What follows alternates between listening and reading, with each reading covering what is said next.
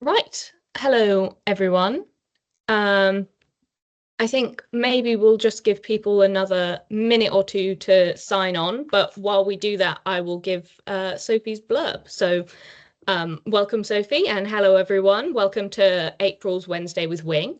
I'm very happy to welcome Sophie with us today. Sophie is based in Durham University, along with me, where she's currently pursuing a master's by research, which focuses on storing waste heat from data centers in flooded mines. Sophie's got an interesting background. Previously, she worked as an accountant before her passion for sustainability and earth sciences led her to Durham to get her first degree in environmental geoscience. Since then, she's developed her expertise in numerical modeling, ArcGIS, and GEMS toolbox to map and simulate heat flow in abandoned mines. Sophie is particularly interested in how mine water heat extraction and storage can be integrated with district heating networks, providing a low-carbon, scalable solution for urban heat demand. Sophie is passionate about increasing representation in geosciences and energy research and wants to bridge the gap between geoscience, engineering, and sustainable energy policy. And today she is going to talk to us about the potential to store heat from Durham University's high-powered computer in the abandoned coal workings beneath the campus. So with that, I will hand over to Sophie to begin. Perfect, thank you, Ali. So hi everyone, I'm going to talk about, as kind of previously mentioned, heat storage in abandoned mines. More specifically, the ITCHES project, which I'm working as a research assistant on alongside my master's. So if I briefly go over the contents of what I'm going to talk about, I'll do an introduction to the ITCHES project, our motivation and objectives, an overview of the high-powered computer facilities that we have at Durham University, an overview of mine water heating, and kind of the subsurface in terms of mining and abandoned workings, a little bit about the site of the ITCHES project, a little bit about seasonal heat storage, other examples of mine water heating and cooling, and any issues and considerations that we've kind of looked at during the course of the project so far. So a little bit of background about the ITCHES project, which is immersion cooling and heat storage. So it's a UKRI funded research project. So anything I might say about potential connections to heat networks or kind of future considerations, just kind of looking at what we might be able to potentially do in the future. So it combines immersion cooling of the computing facilities, which is a high-powered computer, as well as heat storage and reuse, looking at abandoned mine workings as a thermal battery. So a little bit about our motivation and objectives. So first of all, we've got growing data centre energy demand. Across the UK and also globally, data centres, being sort of a subgenre of general large computing facilities, have very high heat outputs and they're kind of experiencing exponential growth, as you can see from the graph here, in terms of the energy that they consume. Every time we stream a video, run a simulation, train an AI model, we consume electricity.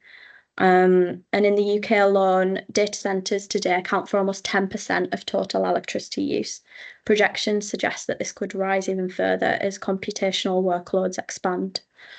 The surge in power draws immense strain on our electricity infrastructure and risks driving up operating costs for research institutions like Durham University or any others. Research by McKinsey shows that cooling accounts for nearly 40% of data centre energy consumption. It's estimated that data centres consumed 55 to 80 terawatt hours in Europe, including 4 to 8 terawatt hours in the UK in 2013. So next, the carbon effects of heating space and water. So traditionally, we sort of rely on gas-fired boilers to heat our buildings and our domestic hot water. So burning natural gas not only emits carbon dioxide, as many of you all know, but also contributes to local air quality issues. So if you have a look, kind of in 2011, almost 50% of our heating demands in the UK was from heating. Energy demands in the UK was from heating. So if we kind of continue on our current path, focusing on gas boilers, rise in energy demand from kind of conventional heating could undermine our goals for net zero. At the same time, we're fortunate to sit above a landscape rich in post-industrial sites in the northeast. Durham's campus and its surroundings host remnants of historical coal mining, with extensive flooded mine workings lying dormant beneath our feet. Historically, they're kind of seen as liabilities, sources of subsidence risk or groundwater contamination, but there is potential for them to become assets. And it brings us to the opportunity capturing waste heat from our high-performance computer. So our HPC rack generates a continuous stream of low-grade heat in the 25 to 40 degrees Celsius range. Currently, that waste heat is dumped via chillers and cooling towers, essentially pouring this energy down the drain. But if we look at it, we could instead potentially capture, store, and reuse it. So by pairing immersion cooling of the HPC with subsurface thermal storage, we can turn our waste heat problem into potentially a sustainable resource. More generally, UK industrial waste heat was estimated to be 391,000 gigawatt hours in 2018, with concentration in areas of high population density. Sorry. So what are the objectives of the project? So we've defined 4 key aims for this particular project. So first of all, assessing seasonal heat storage potential. So we need to quantify how much thermal energy we can inject into the mine workings during the summer and how much useful heat we can recover the following winter. So this involves numerical modelling of heat transport and real-world thermal hydraulic simulations. Next, identifying optimal seams and locations. So the coal fields of County Durham in general, more specifically underneath the campus at Durham, include multiple seams at different depths and with varying geological properties. We've evaluated the Hutton and the Busty seam and any other potential targets to determine which offers the best balance of storage capacity, thermal retention, and also drillability. Borehole siting also considered proximity to the high-powered computer, underground utilities, and campus infrastructure in general. So also looking at evaluating future integration. So capturing and storing the heat is only sort of half of the story. We really want to look potentially at a plan for feeding that stored heat into any future campus-wide district heating networks. So balancing temperatures, flow rates, and control logic so the buildings can seamlessly draw mine water heat in the winter when gas boilers are the least efficient form that we're currently using. And finally, teaching and research integration. It's not just an engineering demonstration. We're not just drilling some boreholes just for the sake of it. We're hoping to embed it into real research projects via sort of tours of the site, data analysis, and sample testing. So first of all, we'll have a little look at the heat source that might potentially be used for the heat storage. So the Durham University high-powered computer. So starting with the location, the scale of this, the HPC is housed within the Earth Sciences building by chance and consists of around 320 nodes, each with 16 cores and 128 gig of RAM. I'm not by no means an expert on kind of the supercomputer and cooling methods, so I'll just give a brief overview of it. So at full computational load, it can dissipate up to 2 megawatts of thermal power, which is kind of the equivalent of heating around 40 homes. During off-peak hours or when the outdoor temperature is cooler, cooling can be done using ambient methods. The key point here is it's sort of a continuous and reliable heat source. And as you can see from the graph, the top line shows the electricity used to cool during the course of the year. So you can kind of see the higher points during the winter, the summer, sorry, and the low points during the winter. And that's kind of an idea of when the peak heat outputs happen. So the HPC system includes both the Hamilton cluster and the COSMA 5 system. So we're dealing with quite a significant university scale computing infrastructure. So looking at waste heat, currently we're recovering heat using a closed loop water-based heat exchanger. And traditionally quite a lot of data centers did rely or continue to rely on air cooling methods to manage the server temperatures. These systems are really quite limited and they typically only capture about 30% of the total heat produced by the servers. And it can become a serious bottleneck when we think about the future of high performance computing, especially as we're kind of moving towards kind of more heat intensive AI models and complex simulations as they're on the rise with things like ChatGPT and various other AI tools. That's where liquid cooling methods might come in. So immersion and direct-to-chip liquid cooling technologies offer much superior heat transfer performance, capable of dissipating significantly more heat. In particular, immersion liquid cooling can capture almost 100% of the heat produced, which doesn't just reduce sort of carbon emissions, but also improves performance and operational efficiency. So currently in the system, up until we're getting immersion cooling installed in May 2025, so next month, water enters the server rack manifolds at around 10 degrees and it circulates through the system and exits at anywhere between 25 and 40 degrees, depending on the workload. So rather than using air fans or cooling towers, we're installing immersion cooling, which involves submerging the servers in an oil bath. So it's a safe, non-conductive liquid, and the direct contact method boosts heat capture efficiency by quite a significant percentage, kind of reducing the need for mechanical pumping and keeping temperatures stable and uniform.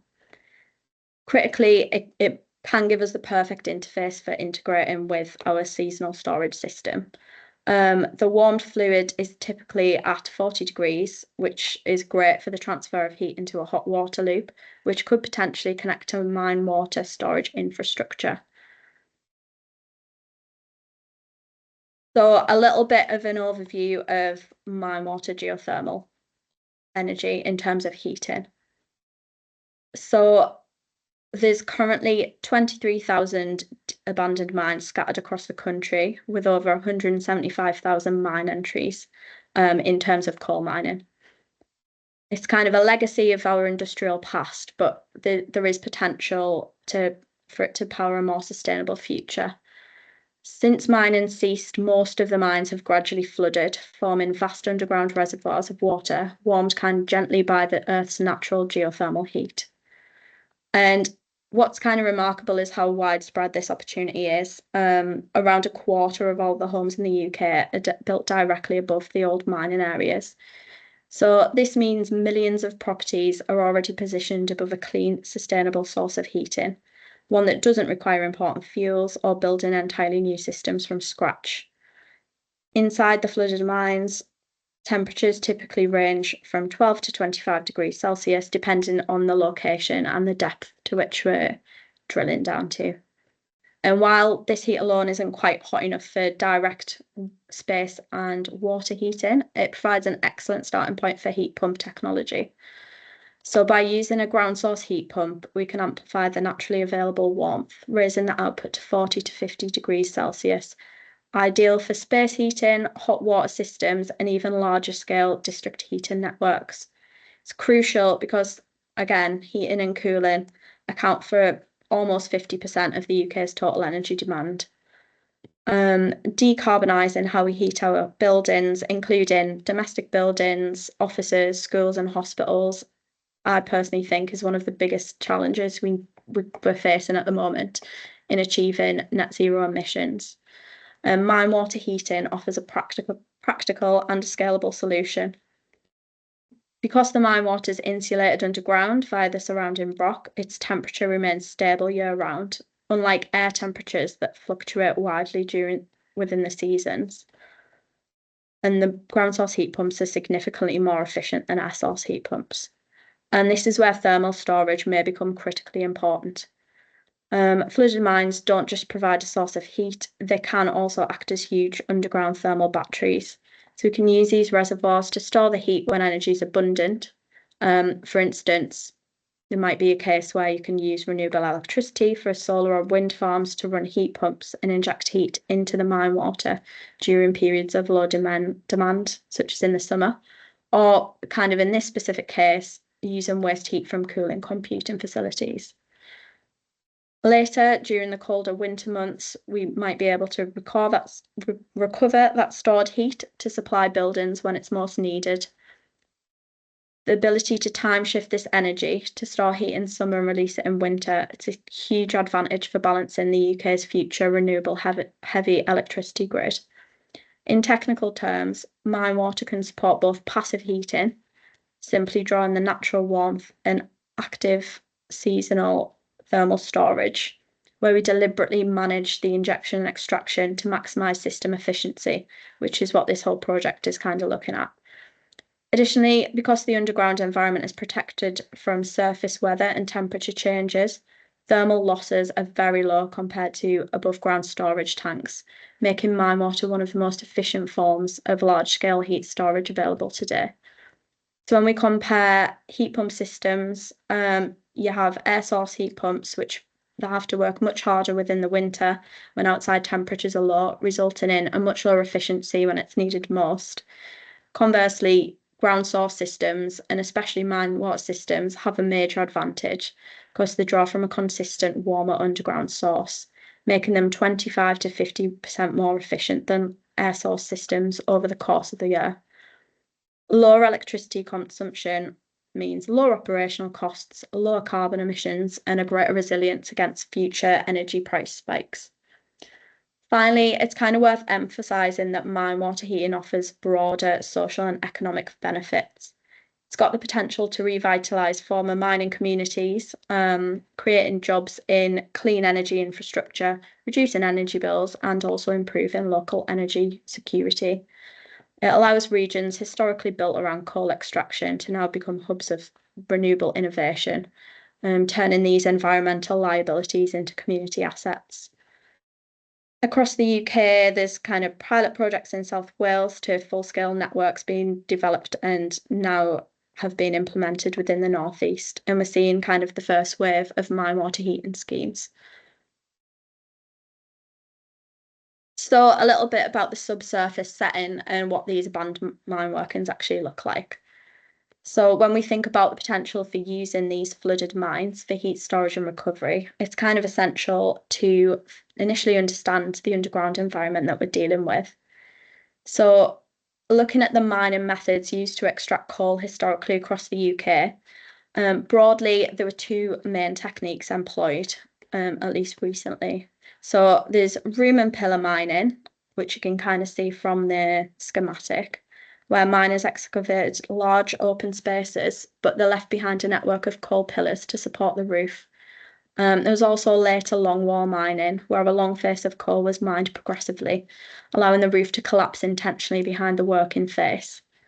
And both methods have left distinct underground features that influence how water and heat might behave today. Room and pillar mines tend to have larger, stable voids, spaces which can now act as interconnected reservoirs for mine water.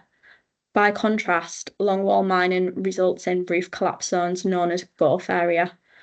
In a gulf, the roof rocks have caved in, they've been deliberately allowed to cave in and fractured, and this kind of leads to a zone that's typically more compacted, but also highly permeable. And it allows for enhanced fluid movement, but there is potentially more unpredictable pathways for heat flow. To interpret the structure of the old workings, we rely heavily on historical mine maps. So to help interpret this, so throughout the 18th, 19th and 20th centuries, mining engineers produced detailed plans showing seam locations, shaft positions, and the extent of excavation. You can see an example on the slide there of a mine map. However, detailed coal mine surveys only began sort of in 1850, with abandonment plans only becoming mandatory from 1872, and coal mining was done well before this point. So these historical maps, which are kind of preserved by the Mine Remediation Authority give us vital clues. So where major extraction zones were located, whether a mine used room and pillar or longwall methods, and where we might find intact voids versus collapsed areas. However, not all of the records are complete. Older workings were poorly documented, and over time, ground movements can distort the original structures. It's kind of, very important that historical mapping is best combined with modern investigation methods where it is possible, such as geophysics, borehole surveys, and water chemistry sampling. Finally, we need to consider the potential state of the mines today. Many abandoned mines have flooded naturally over time as the pumps were shut down, creating vast water-filled reservoirs. So specifically in Durham, there was an upward movement of groundwater following the cessation of pumping as the mines were closed throughout the Durham coal field. However, depending on the mining method and the local geology, part of these systems might also feature things like gulf zones with fractured rock and variable porosity, such as in figures F to H. Sediment infill, as fine materials have been washed in over many decades since they've been shut, and any sort of collapse or fracturing, as can be seen in figures A to D.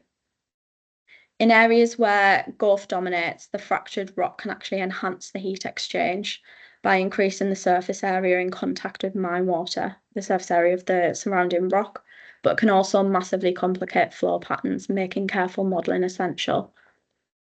In summary, to safely and effectively design mine water heating projects, we need to carefully piece together 3 different layers of information. So understanding the original mining methods, studying the historical mine maps, and assessing the current hydrogeological state, including best estimates of how much the system is intact reservoir space and how much might be collapsed or altered. Ideally, the situation in figure E is best, where there's an open working void.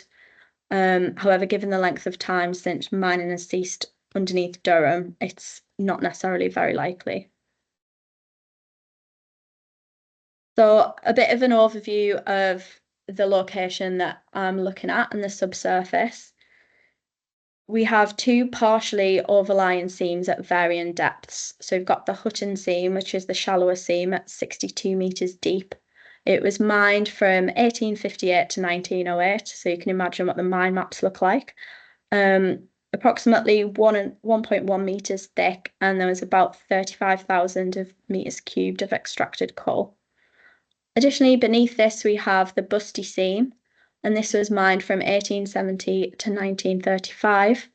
It's around 145 metres deep, 1.3 to 1.8 metres thick, and has around 800,000 metres cubed from extracted coal, and you can see them denoted on the map. So the Hutton seam there is in the pink and the Busty seams in the orange.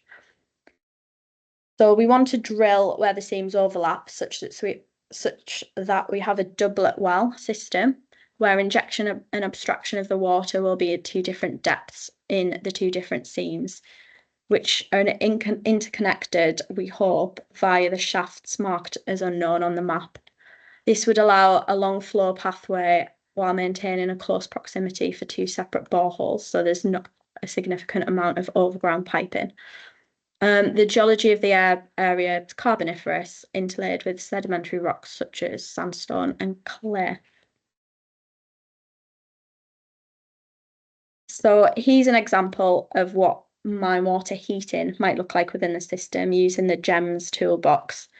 So this is looking at mine heat depletion from constant heat extraction after 30 years. And as you can see, there's significant cooling following that period of time, such that there might be a little bit of thermal breakthrough, reducing the efficiency of a system. So this is using the GEMS toolbox model. So it's part of the geothermal energy from mines and solar geothermal heat. So GEMS is a specialist numerical model developed in Durham to simulate the complex processes involved when we inject and extract heat from abandoned mine systems. So it models the coupled behaviour of fluid flow and heat transfer through the rock and water network. At its core, GEMS kind of solves 3 interconnected challenges. Firstly, how water moves through the mine voids and the surrounding fractures, including gulf zones. Secondly, how heat's transferred between the injected warm water, the ambient cooler mine water, or in this case, the injected cold water and the ambient warmer mine water and the rock walls. And third, how the temperature of the whole system changes over time. In our project, we're kind of using GEMS to build a 3D representation of the abandoned mine workings beneath the Durham campus, focusing particularly on the Hutton and Busty seams. So digitised the mine plans to be modelled and incorporated site-specific data like seam depth, measured thermal properties of the rock, or assumed thermal properties of the rock. It can show how a thermal plume, the pocket of colder water created during injection, spreads and cools over time. So one of the kind of strengths of the GEMS models is it's really quick and efficient, and it handles different geological scenarios. So whether the mine workings are mostly intact voids, you can kind of change that, or whether there are collapsed gulf zones, which are kind of shown by the grey areas. So by testing a range of conditions, we can build a realistic operational envelope for kind of future borehole design and heat network, any potential heat network sizing and control strategies. So it gives us the ability to forecast seasonal performance before drilling any wells. So a little bit about seasonal heat storage and the concepts around this. So when we talk about sustainable heating solutions, one of the most powerful concepts is seasonal heat storage, as I've kind of mentioned. So capturing the heat when it's abundant and storing it underground for later use during the colder months. And there's an example on the slide from Bochum in Germany that's a scheme that's currently underway being built at the moment. So the basic idea is it's straightforward and it may well be known to many of you. So in summer, when renewable electricity is plentiful or waste heat's plentiful and heat and demand's lower, we inject heat into the ground. And then in the winter, when the heat and demand rises sharply, we can extract that store heat to supply homes and buildings. So example of seasonal heat storage already exist around the world, especially using aquifers in general. So in these systems, 2 wells are drilled into a shallow water-bearing layer, one warm well and one cold well. So during summer, excess heat's injected into the warm well, and during the winter, cool water is extracted from the cold well and warmed via heat pumps. So there's quite a few active aquifer thermal deployments in the UK. There's 9 or more in London, and there's a requirement for that. And in some cases, it's actually the case that cooling within London, that cooling demand is higher than heat demand. So where does mine water fit in with seasonal heat storage in general? The reservoirs from abandoned mine workings, again, offer a natural variation on aquifer storage, but with some key differences. The storage medium's a flooded network of mined out voids and fractures, as I've kind of mentioned the geometry of, and because they're already excavated, they can, as and when they're flooded, provide large volumes of water without needing deep drilling or extensive new construction, just drilling a couple of boreholes. Real world mine water heat storage projects are also underway. For example, in Heerlen, the Netherlands, a former coal mine is being converted into a renewable energy hub, supplying heating and cooling to hundreds of homes and businesses, as well as in Bochum in Germany, as kind of outlined by this figure. So how is the heat actually stored and retrieved underground? So when warm water is injected into an aquifer or a mine void, it might form a thermal plume, so a bubble of higher temperature water surrounded by cooler layers. And then over time, some heat will slowly diffuse into the surrounding rock. But because both the rocks and the water have good thermal retention properties, most of the energy remains available over the coming months.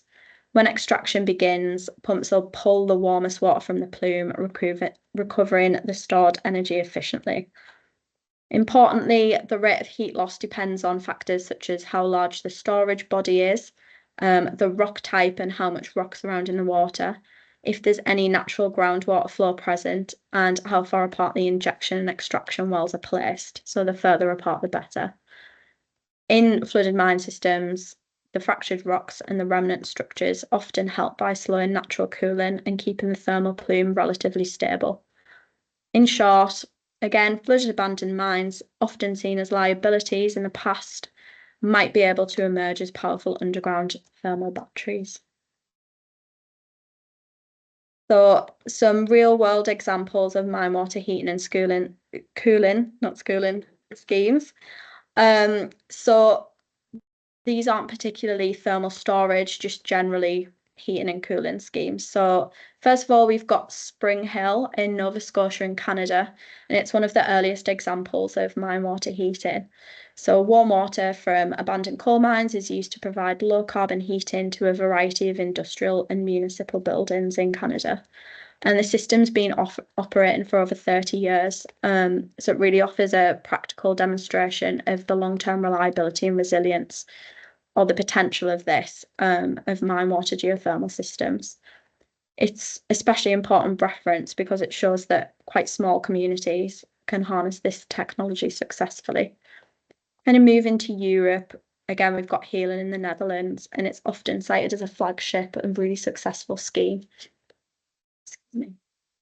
So again, flooded mine workings beneath the town have been turned into a large-scale underground thermal network. Buildings connected to the network can receive heating or cooling needs depending on the season and what's required.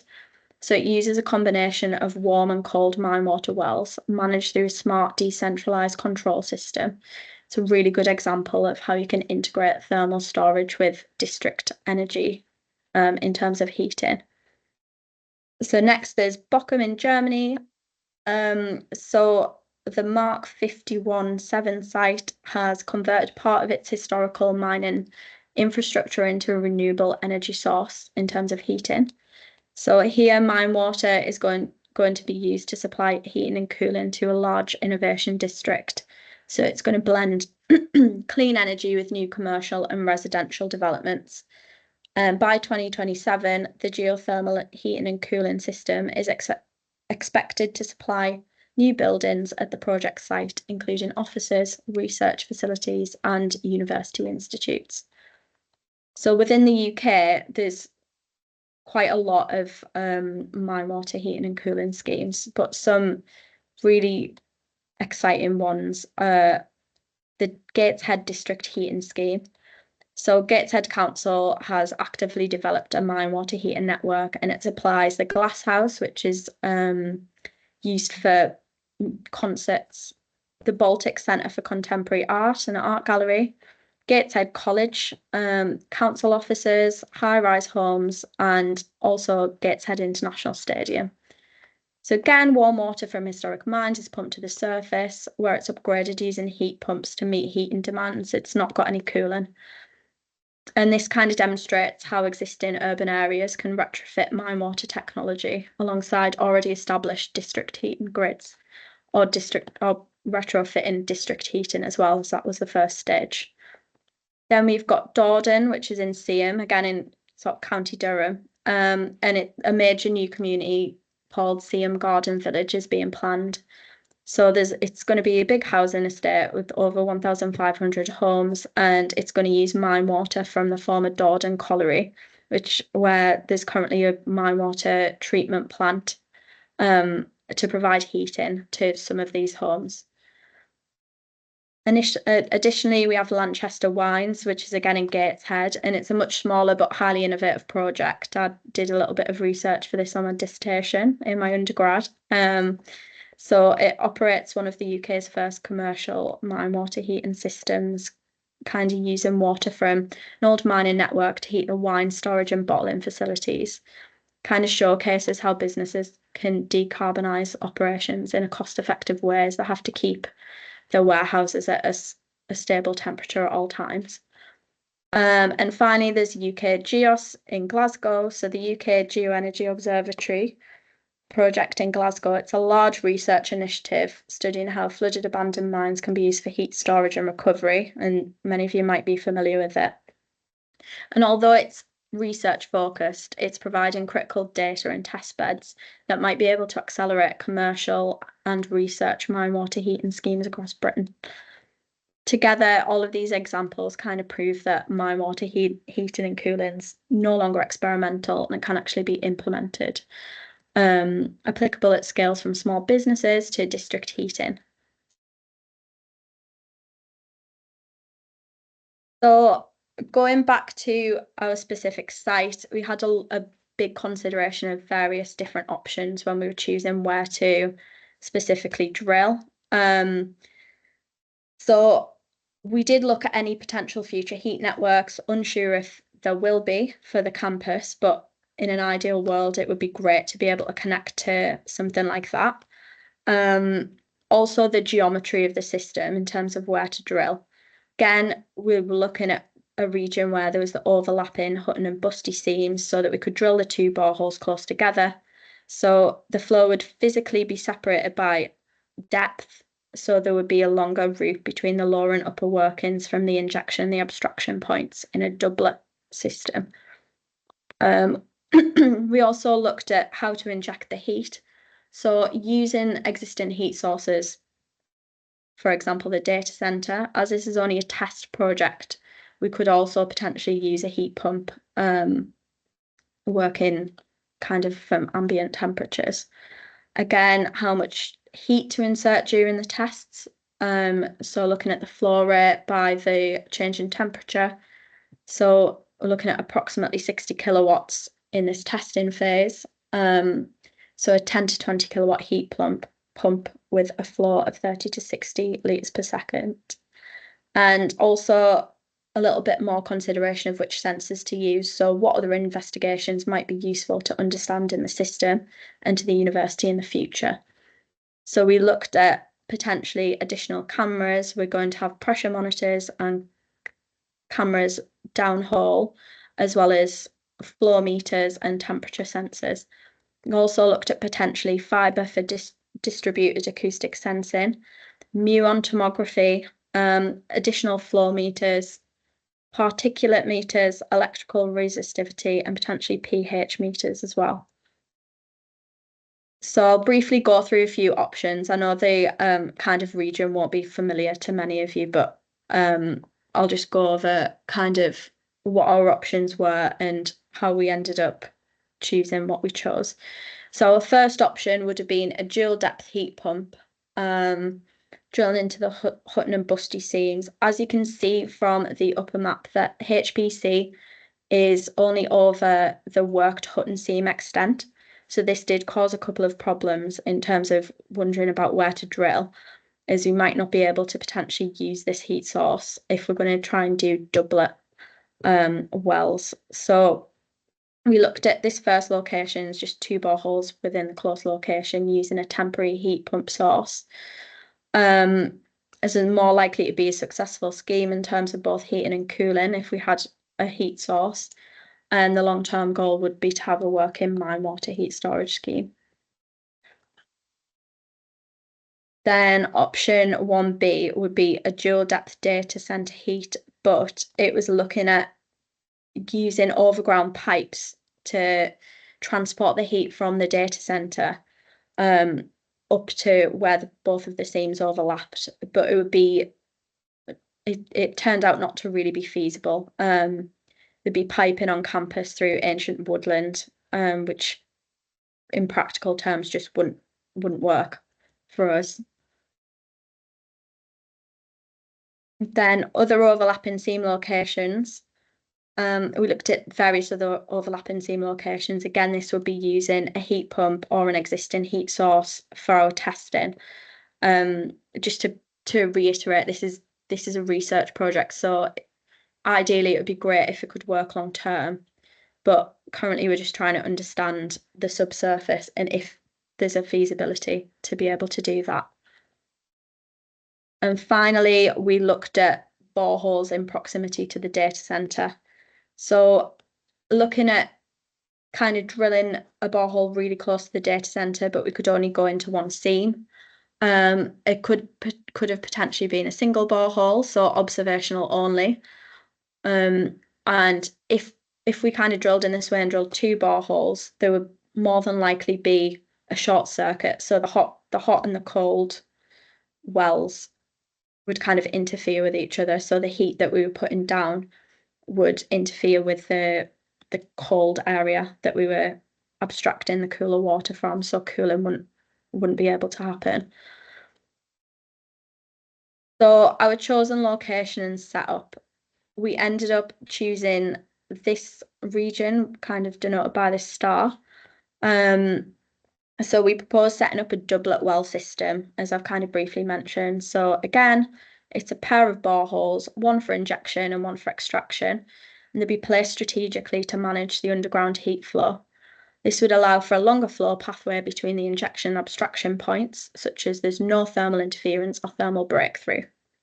So in our case, the injection well would allow heated water from a heat pump to be pumped into the flooded mine workings during the warmer months.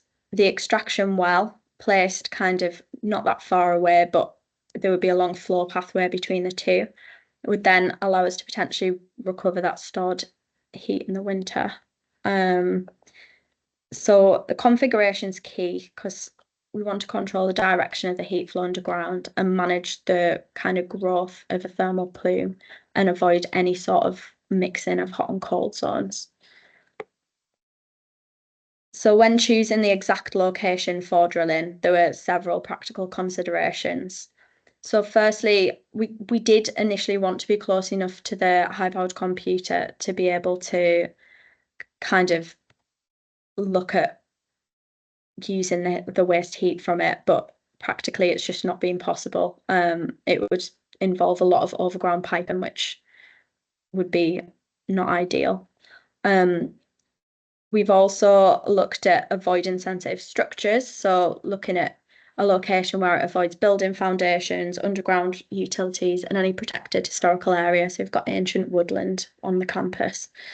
And also the site needed good vehicle access for drilling rigs and space for temporary construction zones, proximity to existing service ducts to simplify future integration, also things like electricity supply for the water on the heat pumps. And the subsurface conditions also massively shaped our choice.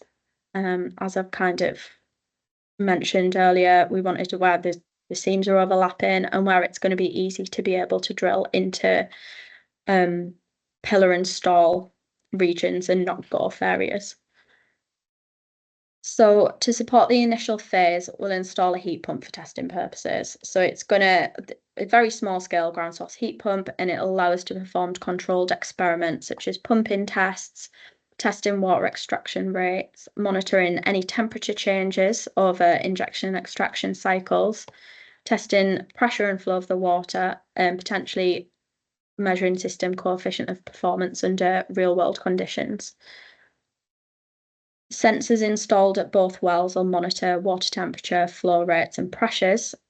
And in the initial phases, the goal is not to provide any sort of built-in heating or cooling, but rather to carefully characterize the system dynamics.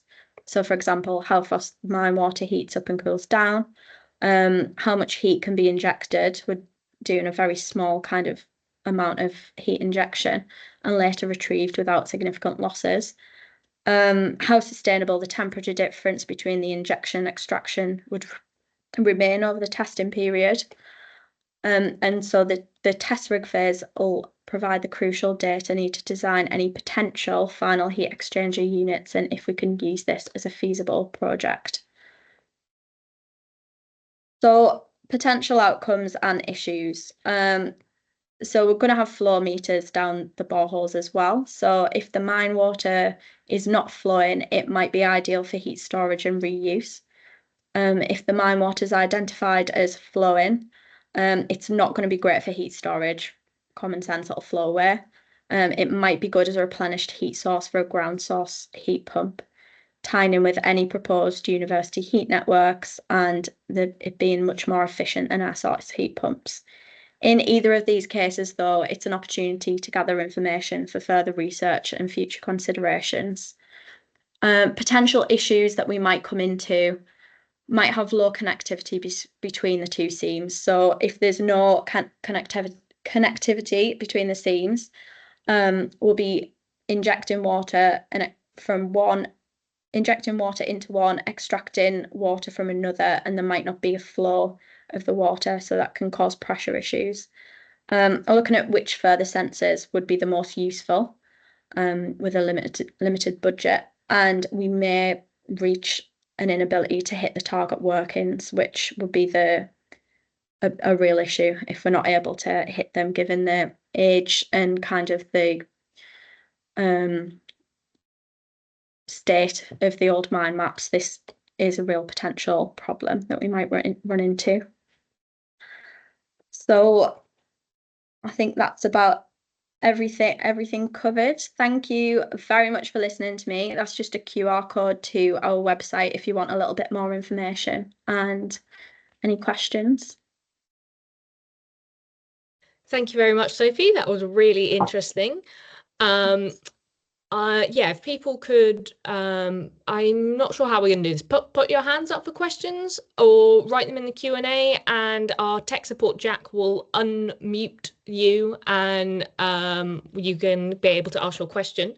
But while people think about questions, I'm going to use my power to ask one myself. Okay. Sort of an obvious question, I guess, is when do you hope to drill a hole in the ground? So yeah, really good question. So we've had a little bit of a delay in kind of choosing the best location, given kind of the issues that I've mentioned briefly. We're hoping, so it's going out for tender, I think, very shortly. I think kind of next month for a company to be able to do the drilling. We're hoping kind of by the end of this year. But there's no solid date fixed as of yet. Well, end of this year is very exciting. Yeah. Right. Does anyone have any questions?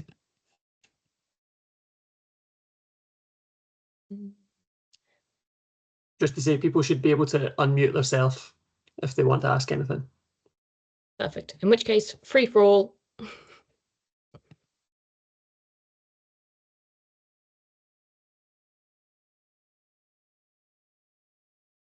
In which case? There's a question in the Q&A, Alex. It's from me, Alex, as always. Oh, please go ahead and ask, Kevin. Hi, Sophie. It's great, really good presentation. Obviously, I was at the pre-tender meeting the other day, and I've been following Jerome and John forever. So John, he will be delighted you mentioned muon tomography. Yeah. You were probably told to. I just wondering, if the shafts don't connect the two sets of workings, it's really easy for us just to sink an artificial one. You know, we've drilled 6.9 meter diameter holes from surface. You know, particularly around sort of nuclear cooling. So that might be worth considering. The other thing about Bochum is Bochum has extremely accurate mine plans. I mean, you could just walk over and you know exactly where the mines are. So that's another major advantage to them. So I'm looking forward to the tender document coming out, Sophie. So my question was, is it viable to drill shafts, you know, new shafts for these workings? Maybe not in this project, but in the future when you know exactly. Yeah, I would have thought so. I guess that is a kind of a practical solution to that issue. It's just all within the technicalities of it, isn't it, really? I would have thought that it would be viable to drill an artificial shaft. Yeah. I think they did in Spring Hill as well, because we did some work back there too many years ago. You know, looking at reconnecting some of the after they started pumping, you know, some of the connections actually silted up, so they lost permeability. So we actually looked at, along with our Canadian joint venture partners, of drilling these deeper holes to reconnect them again. And that scheme has been going brilliantly. I mean, Yeah. they give it some severe demands because it gets down to sort of -20 in the winter and spring. Yeah. It's really exciting, isn't it? And the fact that it's been going for such a long time and is still kind of sustainable and working, it's amazing.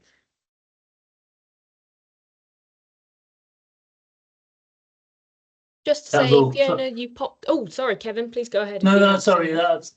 That was it. Otherwise, I'll go on forever and hog the floor as normal. Sorry.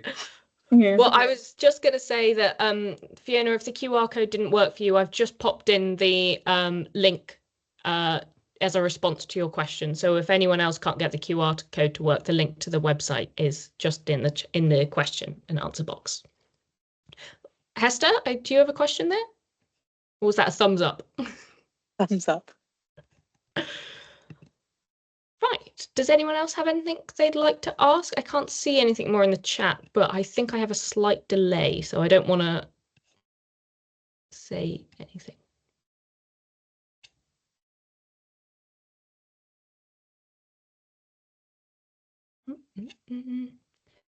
Okay, well, if there are no more questions, then we can finish very nicely on time. And in which case, I'd like to say thank you very much, Sophie. That was a really interesting talk. Thank you for coming to chat to us. Just a little heads up for everyone else. Our next talk is on the 28th of May and is Anne Murrell from UK Geopower. And I think she's talking on geothermal regulation. And also thank you for Jack to step in and be our tech support today. But other than that, thank you very much, everyone. And if everyone would like to give a little clap to Sophie, thank you for talking to us. Thanks for having me. Thank you very much.